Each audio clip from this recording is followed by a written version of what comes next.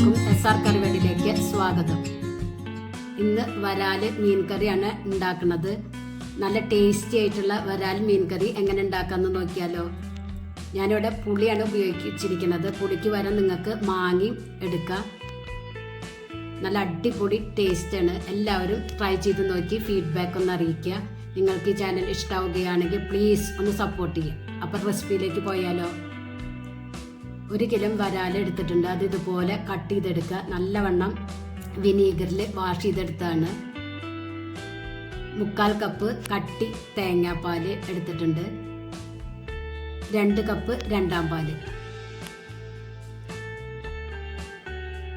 എരിവുള്ള പച്ചമുളകാണ് എടുത്തിരിക്കുന്നത് 5 എണ്ണം.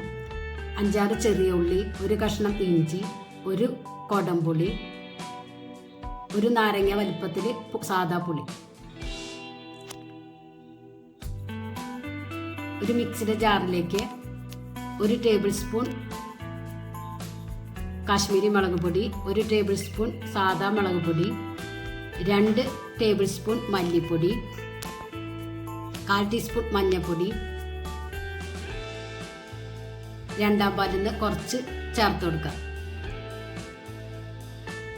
1 തക്കാളി കട്ട് ചെയ്തത് ചേർത്ത് കൊടുക്കുക.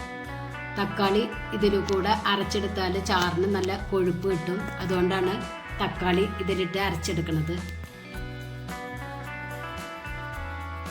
അരപ്പ് ഒരു ചട്ടിയിലേക്ക്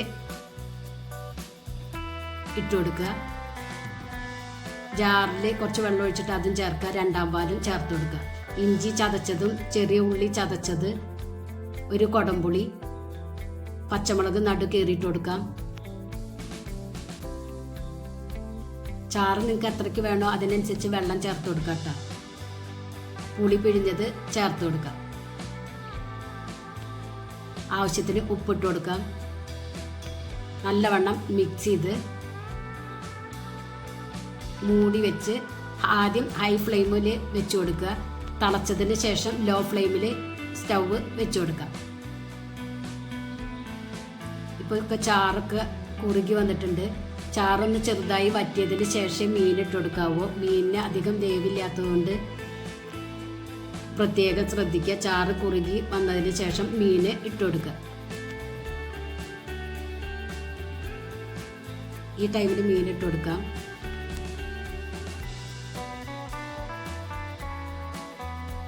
ഒന്ന് ഇളക്കി മൂടി വെച്ച് ലോ ഫ്ലെയിമിൽ സ്റ്റൗവ് വെച്ച് കൊടുക്കാം. ഇപ്പോൾ മീനൊക്കെ വെന്ത് ചാറൊക്കെ കുറുകി വന്നിട്ടുണ്ട്. ഉപ്പൊക്കെ ഒന്ന് ചെക്ക് ചെയ്ത് നോക്കുക. കുറവുണ്ടെങ്കിൽ ആഡ് ചെയ്ത് കൊടുക്കാം. ഈ ടൈമിൽ ഒന്നാം പാല് ചേർത്ത് കൊടുക്കുക.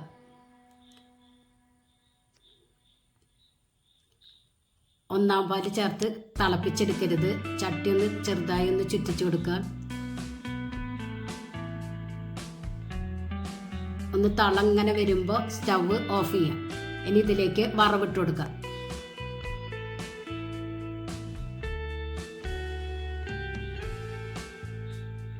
ഒരു പാനിലേക്ക് 2 ടേബിൾ സ്പൂൺ വെളിച്ചെണ്ണ ചേർത്ത് കൊടുക്കുക. അതിലേക്ക് 1/4 ടീസ്പൂൺ ഉലുവ, 1/4 ടീസ്പൂൺ പെരിഞ്ജീരകം, 5-6 ചെറിയ ഉള്ളി അരിഞ്ഞതും ചേർത്ത് കൊടുക്കുക.